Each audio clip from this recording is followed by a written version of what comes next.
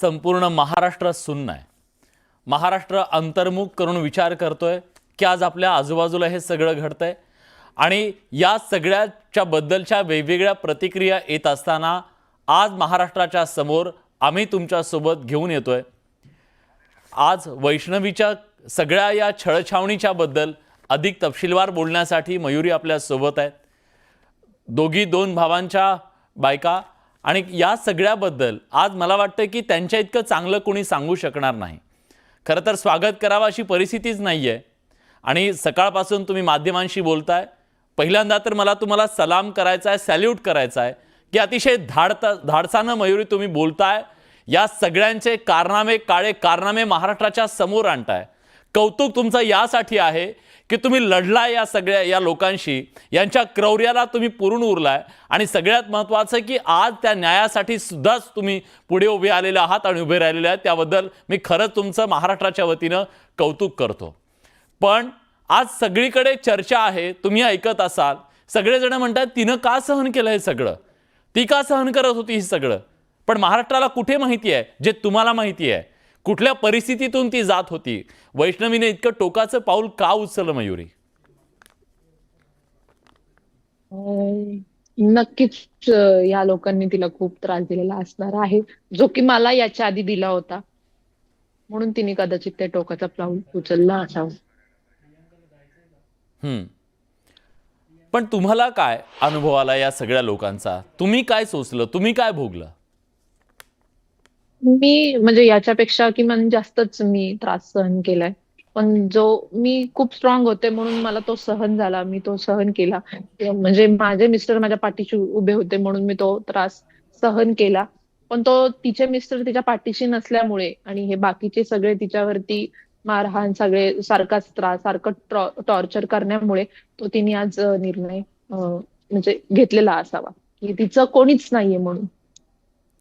हे लोक तर समाजामध्ये प्रतिष्ठित म्हणून वावरत होते, गाड्या घोड्या श्रीमंती हे सगळं जे वावरत होते, घरामध्ये मात्र हे क्रौर्य करत होते, छळछावणी चालवत होते। याचा कधी तुम्हाला अंदाज नाही आला लग्नाच्या आधी? नाही, लग्नाच्या आधी तर काही अंदाज नाही आला याचा। तुमचं लव्ह मॅरेज की अरेंज मॅरेज झालं? लव्ह मॅरेज आहे माझं। बरं, पण तुम्ही जेव्हा घरात गेलात तेव्हा सुरुवातीपासून तुम्हाला ते अनुभव यायला सुरुवात झाली? हो, 1 महिन्यानंतरच म्हणजे लग्नाआधीपासूनच म्हणजे मला कळालं की माझी नणंद कशी आहे ते, किंवा माझ्या सासूबाई कशा आहेत ते। पण आपलं असतं ना की जाऊ दे, थोडं सहन करायचं, मुलीची बाजू आहे, जाऊ दे। ते सहन मी वर्षभर केले जवळ-जवळ।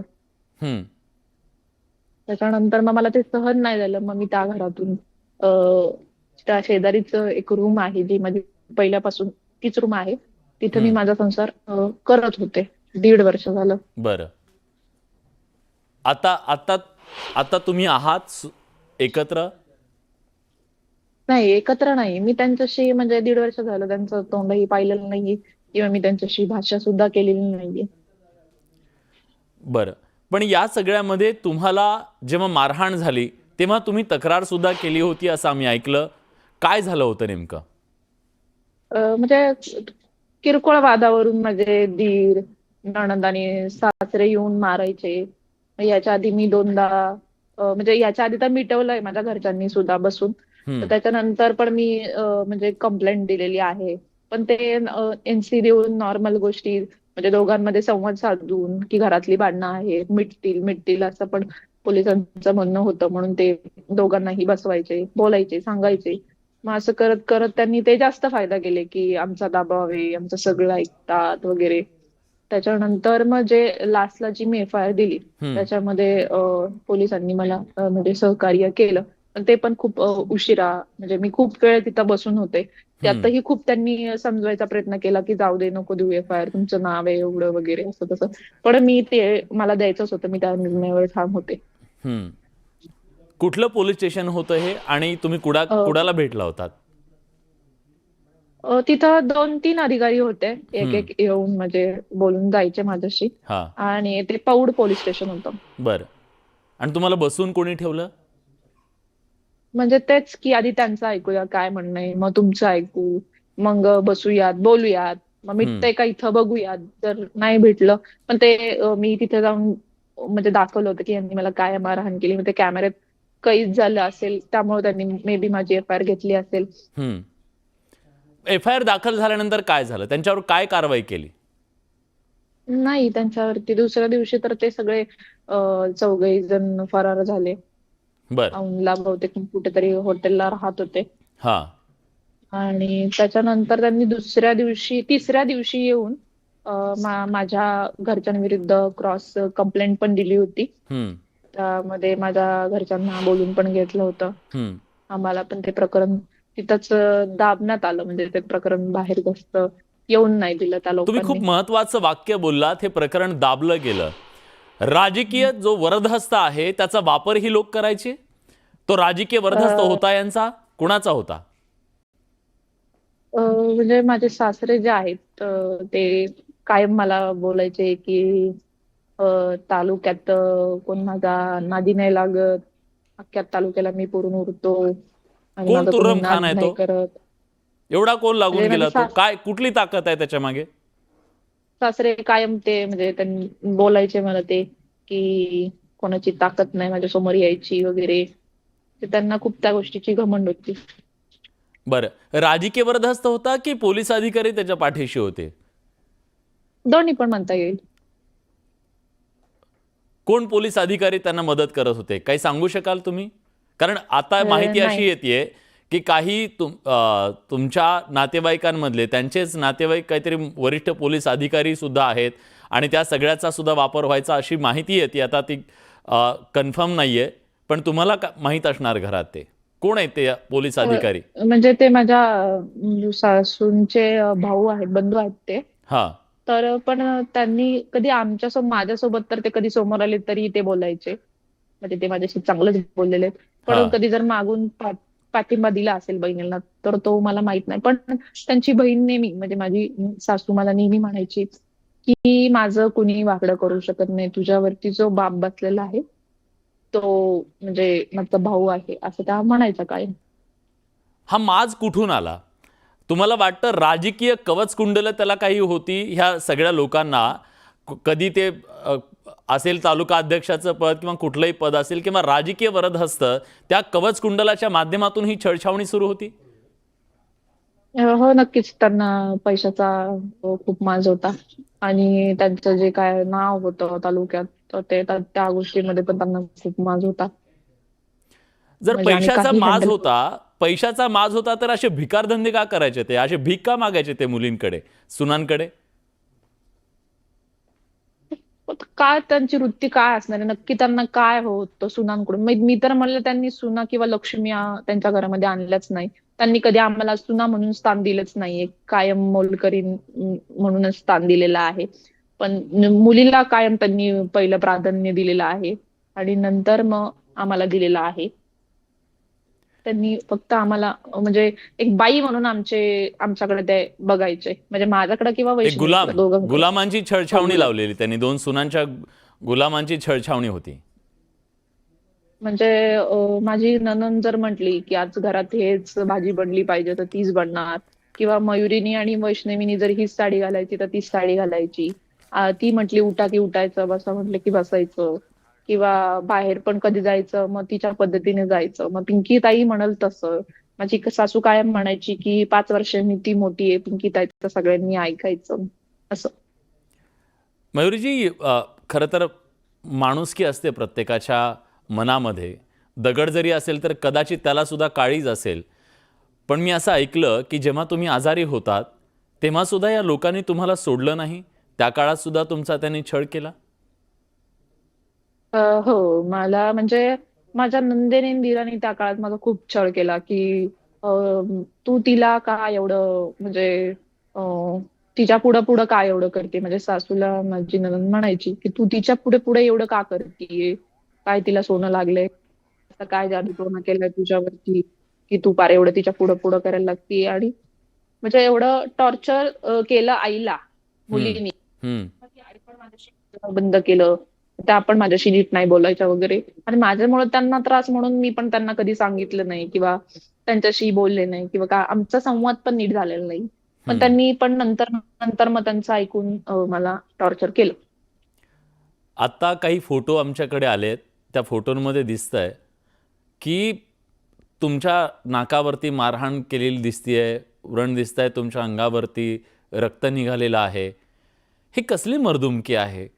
तुम्हाला वाटतं की ही ही सगळी लोक क्रूरपणे वागली तुमच्यासोबत? हो, क्रूर म्हणजे शब्द माझ्याकडे तर त्यांना बोलायला शब्द सुद्धा नाहीत, की ती एवढी घाणेरडी लोकं आहेत, की ती म्हणजे एखाद्याचा जीव पण घेऊ शकतात. अशी ती लोकं आहेत. तुम्ही घरच्यांना कधी सांगितलं हे सगळी तुमची आपबीती, तुम्हाला काय सहन करावं लागलंय? हो सांगितलं ना, पण माझ्या घरच्यांनी मला कायम साथ दिली आहे हं. किंवा माझ्या मिस्टरांनी म्हणा किंवा त्यांनी पण मला साथ दिलेली आहे. म्हणून मी खरं तर आहे. तर आज त्या दोघांमुळं मी इथं आहे. नाहीतर मी पण वैष्णवीसारखं नक्कीच पाऊल उचललं असतं. नाही.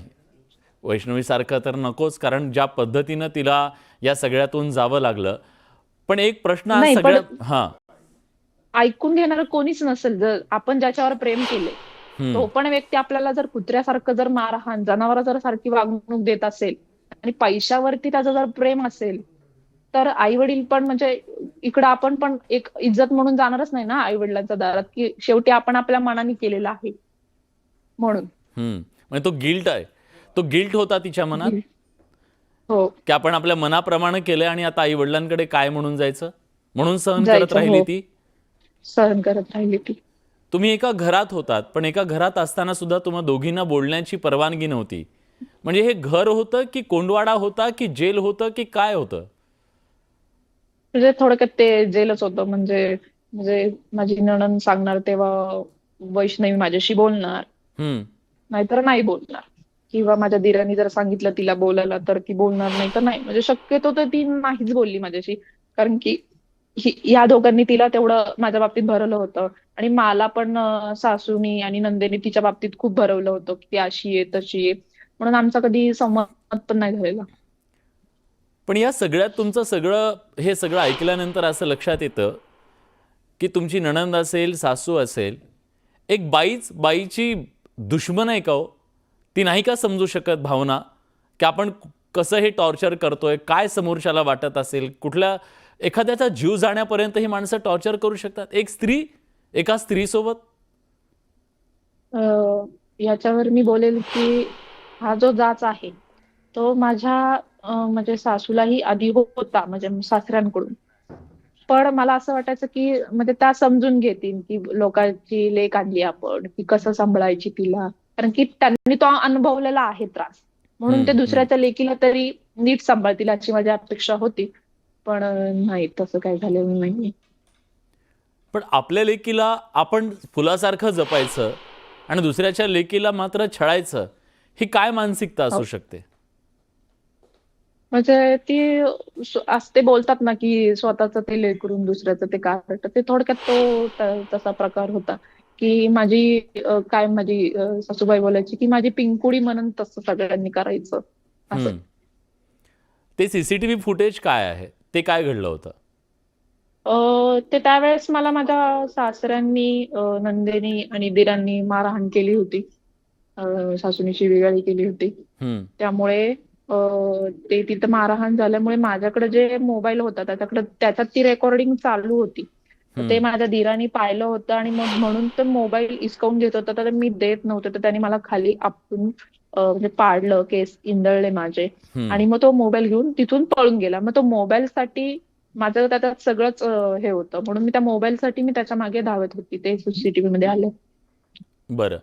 पण घरातले 2 पुरुष, म्हणजे पतीच्या व्यतिरिक्त 2 पुरुष एखाद्या स्त्रीला मारू कसं शकतात? आणि जर ते मारत असतील, सासरा असेल, भाऊ असेल, मग पतीची भूमिका काय होती या सगळ्यामध्ये? तो का गप्प होता? म्हणजे मी तर जेवढं पाहिलं की वैष्णवीचं तिच्या पतीवरती म्हणजे शशांक हगवण्यावरती खूप खूप प्रचंड प्रेम होतं. पण ते कधी त्याला कळालं नाही असं मला वाटतंय. तर त्याने कायम एक मोलकरीण आणि एक आईचं आणि बहिणीचं ऐकून एका दुसऱ्या मुलीला त्रास कसा द्यायचा, तो प्रकार त्यांनी केलेला आहे. म्हणजे माझ्यासमोर पण झालेला आहे भरपूर वेळा. पण आम्ही बोलायला गेलो तर मग आमच्या नवरा-बायकोंमध्ये तुम्ही नका पडू. हं, किंवा माझे मिस्टर पण कितीतरी वेळा म्हटलेत, की "तुम्ही तिला एवढा त्रास नका देऊ." तर माझी हम्म. सासू आणि दीर कायम म्हणत आलेले की तुझं तू बघ, आमच्यामध्ये लक्ष नको घालू, वैष्णवी सोन्याचा घास खातीये असं. बरं. म्हणजे वैष्णवीला तुमच्या समोर कधी मारहाण झाली, टॉर्चरिंग झालं तुमच्या समोर तिला कधी? हा, टॉर्चरिंग तर व्हायचं. मारहाण तर माझ्यासमोर, मी तर लगेच तिथून बाहेर पडले होते. त्यामुळे मारहाणचं तर मी नाही सांगू शकत. पण मला कानावरती यायचं की तिला मारहाण झालेली आहे, तिला मारतात ते वगैरे. कारण हम्म. की दारा खिडका लावून घेतल्यावरती काय, रूम मध्ये जाऊन मारल्यावरती काय कळणार आहे. हम्म. त्याच्यामुळे टॉर्चर तर पण माझ्यासमोर पण ही व्हायचंच मारहाण तिला. करण्याची जी प्रवृत्ती आहे, विकृती, सॉरी माफ करा मी प्रवृत्ती म्हणालो, विकृती, ही जी विकृती आहे, मग ही विकृती घरात सुरू असताना तुमचे, म्हणजे तुमच्याबद्दल मी विचारतोय, तुमचे सासरे आणि तो दीर तुम्हाला मारतोय, मग नवरा काय करत होता तुमचा? माझे मिस्टर, म्हणजे यांनी कायम मला टार्गेट असं केलं होतं की जेव्हा, म्हणजे माझे मिस्टर सुशीला गवळी, ते जेव्हा घरी नसतील तेव्हाच मला त्यांनी वारंवार मारलेला आहे. आणि जरी कधी ते आले तरी त्यांना पण मारलेलं आहे या लोकांनी माझ्यामुळे. हा. हम्म. बरं. म्हणजे माझ्या दिरानी, सासरेनी, मग नंदेनी त्यांनी मारहाण बंड केलेली नाही आहे. केलं ह्यांच्याबद्दल कधी? ह्यांना धडा शिकवावा, किंवा जसं तुम्ही उभे राहिला तसं ते उभे राहिले? त्यांना सगळीकडून ब्लॉक केलं होतं, म्हणजे फायनान्शियली म्हणा, मेंटली म्हणा, फिजिकली म्हणा. म्हणजे त्यांचं एवढं टॉर्चर होत होतं की आमचा पण निर्णय म्हणजे असं झालं होतं की आम्हाला पण एक कुठेतरी बाहेर जाऊन आम्ही एका रूम मध्ये पण तिथं राहू, ऍडजस्ट करू, काही नको आम्हाला, आम्ही आमचं दोघं कष्ट करून खाऊ, असा पण आमचा निर्णय झाला होता. म्हणजे या लेवलचा आम्हाला, म्हणजे मी त्या घरात होते तर म्हणजे कधी माझे मिस्टर नसताना पण मला कधी त्यांनी, म्हणजे त्या नंदेनी कधी मला चहा करायचा असेल किंवा मला तिथलं काय खायला घ्यायचं असेल तर ते कधी घेऊन नाही दिलं, खाऊन नाही दिलं. म्हणजे माझ्या पण पोटाला खूप त्यांनी मारलेलं आहे. खरं तर तुम्ही बोलताय हे सगळं, अ, महाराष्ट्राला असं वाटेल की ही कुठली तरी कहाणी आहे की काय. कारण साधारणपणे एखाद्या श्रीमंत कुटुंबाबद्दलचं एक परसेप्शन काय असतं, की सगळे सुखी असतील, सगळे समाधानी असतील, आणि मग तिथं किती आनंदी आनंदगडे असेल, आणि बाहेर तर ही एवढी प्रतिष्ठा मिरवणारी लोकं होती, पण त्यांच्या आजूबाजूच्या सगळ्या लोकांना, ज्यांच्यासोबत हे उठत बसत होते, त्यांना कधी माहीत नव्हतं ह्यांचं खरं रूप काय आहे ते. सगळ्यांना माहिती होतं, पण ते म्हटलं ना मी त्यांना खूप त्या प्रकारचं गावावरती किंवा घरातल्या पाहुण्यांवरती ते दबाव टाकायचे की तुम्ही आमच्याशीच बोललं पाहिजे, तिच्याशी आणि तिच्या नवऱ्याशी बोललं नाही पाहिजे, तरच आम्ही तुमच्याशी बोलू. म्हणजे माझे जरी कुणी बर्थडेचे जरी पिक्चर्स टाकले हा. तरी त्या व्यक्तीच्या घरी जायच्या या मायली की, आणि म्हणायचं तुझा काय संबंध, तू कशाला बोलतीयस मयुरीची. असे गावातले कितीतरी लोक, बायांनी मला सांगितलंय फोन करून की असं असं करायचं हे. बरं. पण जेव्हा तुमचं लग्न झालं, म्हणजे तुमचं तर लव्ह मॅरेज झालं, लग्न झाल्याच्या नंतर तुमच्याकडे काही डिमांड केले होते यांनी, काही मागितलं होतं? कारण बेकार चाळे चालूच असतील ना यांचे. म्हणजे डिमांड असं, म्हणजे माझी तर आईने स्पष्ट सांगितलं होतं की मी एवढं एवढंच देणार आहे, माझी एवढीच देण्याची ताकद आहे हम्म. वगैरे. पण त्यांचं त्यावेळेस म्हणणं होतं की आमचे खूप सारखी म्हणजे लाखांनी माणसं येणार आहेत, हम्म. तर ते तुम्हाला जमलं पाहिजे करायला. पण आमची काय तेवढी ताकद नव्हती. म्हणून मग आम्ही उचलून लग्न त्यांना दिलं होतं. मग ते त्यांनी सगळं केलं होतं. पण नणंद आणि दीर कायम मला म्हणायचे की माझ्या बापाने 2 कोटी रुपये खर्च केलेला आहे. मग हम्म. तो, आम्ही म्हणल तसं तू वागलीच पाहिजे, राबलीच पाहिजे असं. हम्म. म्हणजे नणंद तर सारखी म्हणायची की बरं. माझ्या बापाने 2 कोटी रुपये खर्च केले असं. बरं. पण मग तुम्ही हे पैसे कधी दिले त्यांना? कधी कुठले पैसे दिले त्यांना? नाही, म्हणजे ते माझ्या कानावरती आलं की ते चांदीच्या ज्या गौऱ्या आहेत, तर त्या हम्म. आम्हालाही मागितल्या होत्या की एक हम्म. गौरई मयुरीच्या घरून आणि एक गौरई वैष्णवीच्या घरून. आणि मग ती गौरई देण्यासाठी आम्ही पैसे, माझ्या आईने त्यांना ऑनलाईन पेमेंट सुद्धा केलं होतं त्या गोष्टीचं. मयुरीजी, तुम्हाला माहिती आहे का, हे जे स्वतःला मी म्हणणारे होते ना, तालुक्यात कोणी आम्हाला हात लावणार नाही, आमचं कोणी वाकडं करू शकत नाही, त्याच्यातले अर्धे जेलमध्ये आहेत, अर्धे फरार आहेत. हे जे अर्धे फरार असतील ना, जे आता खरं तर जेलच्या भीतीनं ते पळून गेलेले आहेत, ते कितीही पळाले तरी ते कुठं जाऊ शकणार नाही आहेत. तुम्ही काय मेसेज द्याल बरं आज त्या लोकांना? तुम्हाला वाटतं त्यांच्या पापाचा घडा भरला आज म्हणून? हो, नक्कीच. मी म्हणजे माझ्या बाबतीत ते एवढे क्रूर वागलेत, पण ते प्रकरण दाबलं गेलं त्यावेळेस. हम्म. त्यावेळेस ते उघडकीस जास्त आलं नाही. त्यावेळेस तीही लोक खूप म्हणजे हवेत होती की आमचं कोणी वाकडं करू शकणार नाही, काय वगैरे नाही का. मग त्यावेळेस त्यांची अजून जी ताकद आहे ती अजून वाढली गेली. पण म्हणतात ना की देवानी मला जो त्रास दिलेला आहे तो बघितलेला आहे आणि तो त्यांचा आता पापाचा घडा भरलेला आहे. बरं. पण तुम्हाला वाईट वाटतं त्या बाळाबद्दल, ज्या बाळाचा काहीच अ, दोष नाहीये, ज्याची आई आज हिरावून घेतली गेली आणि सगळं कुटुंब सुद्धा त्याच्यापासून दुरावलं गेलं? हो, नक्कीच वाईट वाटतंय. ज्या बाळाला मी आता ते म्हणतात 9 महिन्याचं झालंय. तर त्या बाळाला मी अजूनपर्यंत समोर पाहिलं सुद्धा नाहीये. फक्त पिक्चर्सद्वारे किंवा फोटोद्वारे मी त्याला ते पाहिलेलं आहे. त्यामुळं ते म्हणजे माझी पण इच्छा होती, की जर ते बाळ मला भेटलं तर मी त्याचा सांभाळ करेल. पण आता मला कळलंय, की ते तिच्या आई-वडिलांकडे सुखरूप पोहोचलेलं आहे. तुम्ही भेटायला जाल त्या बाळाला? हो, नक्कीच. कारण आज त्या बाळाला माहीत नाही त्याच्या आईसोबत काय झालंय. कदाचित त्या काय झालंय बाळाला ते.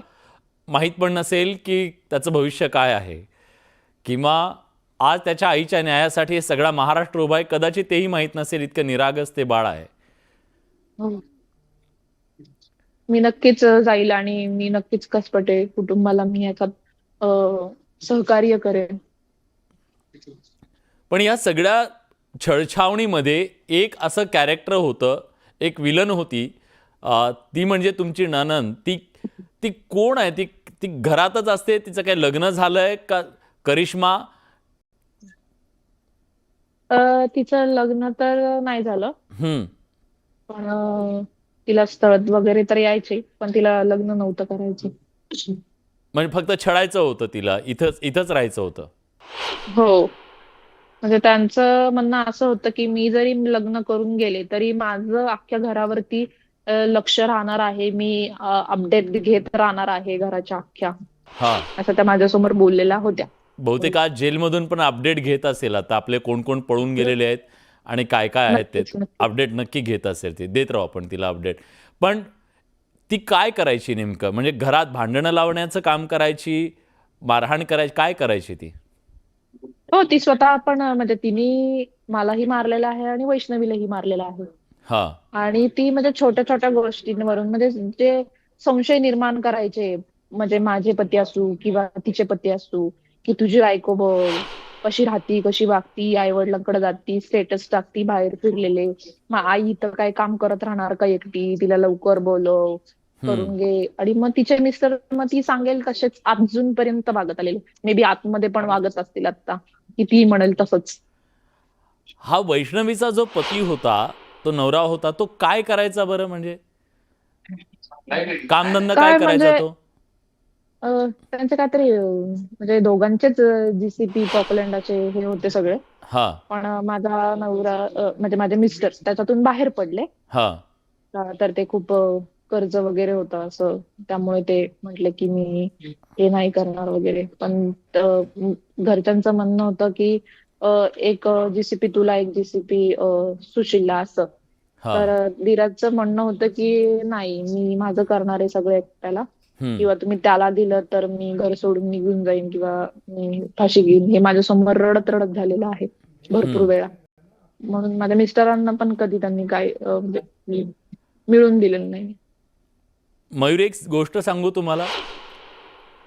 आज या महाराष्ट्रातल्या लाखो लाखो मुली आज या टीव्हीच्या स्क्रीनकडे बघतायत आणि त्या प्रत्येकजण आपापल्या पद्धतीनं विचार करतायत या सगळ्या घटनेचा. तुम्ही काय मेसेज द्याल? या महाराष्ट्रामध्ये दुसरी वैष्णवी झाली नाही पाहिजे. कुठल्याही मुलीनं अशा प्रकारचं टोकाचं पाऊल उचललं नाही पाहिजे. या नराधमांना संपवलं पाहिजे. तुम्ही काय मेसेज द्याल आज मुलींना? पहिलं तर आई वडिलांनी मुलीला खूप शिकवलं पाहिजे. तिच्या पायावरती उभं केलं पाहिजे. जेणेकरून तिला म्हणजे तिच्याकडे ऑप्शन नाही राहिला पाहिजे, की आता हे मी असं करेल किंवा नवऱ्याच्याच घरी राहील किंवा असा हे ऑप्शन तिच्याकडे आला नाही पाहिजे. ती स्वतः सगळं म्हणजे स्वतःच्या पायावर उभी राहिली तर हे सगळं ती करू शकते. आणि नक्कीच म्हणजे वुमन ही खूप स्ट्रॉंग असते. ती नक्कीच हे सगळं करू शकते. आणि मुलींनी पण म्हणजे आंधळा विश्वास नाही ठेवला पाहिजे पोरांवरती, की आजकालचे मुलं पण खूप म्हणजे बोलतात, की मी तुझ्यासाठी हे करू शकतो, ते करू शकतो. कोणी काही करत नाही. कोणी चांतारे तोडून आणत नाही. असं कोणीच करू शकत नाही. आणि जे मेन गोष्ट म्हणजे जी हुंडाबळ आहे, म्हणजे आम्हाला एवढंच पाहिजे, तेवढंच पाहिजे, असं जर पुढची लोक मागत असतील, तर तिथंच म्हणजे मुलीकडच्या घरच्यांनी म्हटलं पाहिजे आम्हाला हे काही द्यायचं नाही, आम्हाला लग्नच करायचं नाही असं. म्हणजे एखादा पुढचा म्हटला पाहिजे की मला मुलगी पसंत आहे, मला नारळ आणि मुलगी द्या, तरच त्या घरामध्ये मुलगी द्या, नाहीतर देऊ नये. खूप महत्त्वाचं तुम्ही बोललेलं आहे. आणि मी सुरुवातीला सांगितलं की तुम्ही खूप स्ट्रॉंगली एक स्ट्रॉंग लेडी काय असते हे तुम्ही दाखवलेलं आहे. आणि आज हे जे तमकेन बमके होते हे आज उंदरासारखे पळतायत, कुठल्या तरी बिळात लपून बसले असतील, ते बाहेर येतीलच. पण यामध्ये तुमचा नवरा सुद्धा आहे, तो का फरार झालाय? माहित नाही, पण हे वैष्णवीच्या घरच्यांना म्हणजे कसपटे फॅमिलीला म्हणजे माहित होतं की आम्ही एकत्र राहत नाही, आम्ही सेपरेट राहतो. हा. हे सगळं त्यांना माहिती होतं. आणि इवन माझ्या मिस्टरांनी पण खूप ऑब्जेक्शन घेतले आहे की तुम्ही तिला मारू नका, तिला त्रास देऊ नका. हम्म. म्हणजे माझे मिस्टर माझ्या नंदेशी भाषा सुद्धा टाकली होती की ती एवढी म्हणजे हिच्यासारखी घाणेरडी बाई, म्हणजे माझे मिस्टर पण म्हणायचे की हिच्यासारखी घाणेरडी बाई कोणाला नको, म्हणजे ती स्वतःचा तर संसार बसवणार पण नाही आणि ती आमचाही बसून देणार नाही, हिला पहिली घराबाहेर काढा, असे माझे मिस्टर कायम म्हणायचे. पण आईनी कायम मला आणि माझ्या मिस्टरांना घराबाहेर काढले, पण तिला कधी नाही काढलं. बरं. पण आज एक असं म्हटलं जातं की तिने का सहन केलं हे सगळं? म्हणजे वैष्णवीने हे का सहन केलं? तिने सहन करायला नको होतं. जर मारलं तर ती तिथंच का गेली? असं सुद्धा काही जण म्हणतायत. तुम्हाला काय वाटतं? म्हणजे मला जेवढं माहिती आहे त्याच्यानुसार सांगते की मी वैष्णवीला कायम असं वाटायचं की तिचे जे पती आहेत शशांक खागोनी, ते सुधरतील, आज ना उद्या सुधरतील, मी माझा संसार नीट करेल, नाही का, आज ना उद्या त्यांना जाणीव होईल की आई बहिणी वडील कसे वागतात ते. पण त्यांना कधी जाणीव झालीच नाही या गोष्टीची. म्हणून ती सगळं यासाठी म्हणजे मुलासाठी आणि नवऱ्यासाठी ती सहन करत होती. वैष्णवी बद्दल जेव्हा तुम्हाला कळलं तेव्हा तुमची काय भावना होती? तुम्हाला वाटलं म्हणजे हे माझ्या कधी ना कधी होणार होतं असं, की धक्का बसला? काय वाटलं तुम्हाला? म्हणजे मला वाटलं होतं की हे कधी ना कधी ती पण निघून जाईल किंवा ती पण हे राहणार नाही वगैरे. हा. पण इतका टोकाचा निर्णय घेईल असं नव्हतं वाटलं कधी. बरं. पण या दरम्यान तुमच्या कुटुंबाची काय भावना आहे आज हे सगळं घडल्याच्या नंतर? अ, माझ्या घरच्यांची अशी भावना आहे की म्हणजे मी का वाचले तर माझे मिस्टर माझ्या पाठीमागे होते म्हणून मी वाचले, नाहीतर मी आज तिच्या जागी मीच असते असं. मग आपली मुलगी काय आणि त्यांची मुलगी काय, आपण त्यांना साथ द्यायची असं त्यांचं म्हणणं. मुलींवर हात उचलणाऱ्या, घराघरात असणाऱ्या त्या नराधमांच्या बद्दल तुम्ही मुलींना काय सांगाल? राजेंद्र हगवणे या परिवाराकडून ज्या पद्धतीनं सुनांचा छळ झाला मी सांगेल की मुलींनी पण तिथं स्ट्रॉंग भूमिका घेतली पाहिजे. तिथं जर तू करत असेल तर तुम्ही एखाद्याचं ऐकून नाही घेतलं पाहिजे, तुम्हीही रिटर्न त्याला मारलं पाहिजे. खरंय. त्याचंही मुस्काट तुम्हाला फोडलं कळत पाहिजे असेल तिथं. की आणि फोडलं स्वतंत्र पाहिजे. आपण राहू शकतो, धडा शिकू शकतो, सहन नाही केलं पाहिजे, लढलं पाहिजे, उभं राहिलं पाहिजे आणि या नराधमांना धडा शिकवला पाहिजे. यासाठी तुम्ही उभे आहात आणि तुमच्यासोबत आम्ही सगळे उभे आहोत. हे लक्षात ठेवा. आम्ही निश्चितपणे तुमच्यासोबत या लढाईमध्ये आहोत. आणि त्या सगळ्या उंदरांनी सुद्धा लक्षात ठेवायला हवं की जे फरार आहेत त्यांचे दिवस आता भरलेले आहेत. खूप धन्यवाद तुम्ही न्यूज 18 लोकमतशी बोललात त्याबद्दल. तर आज महाराष्ट्राच्या मनातली ही अस्वस्थता, अनेक प्रश्नांची उत्तरं आज मयुरीच्या बोलण्यातून आपल्याला सगळ्यांना मिळाली.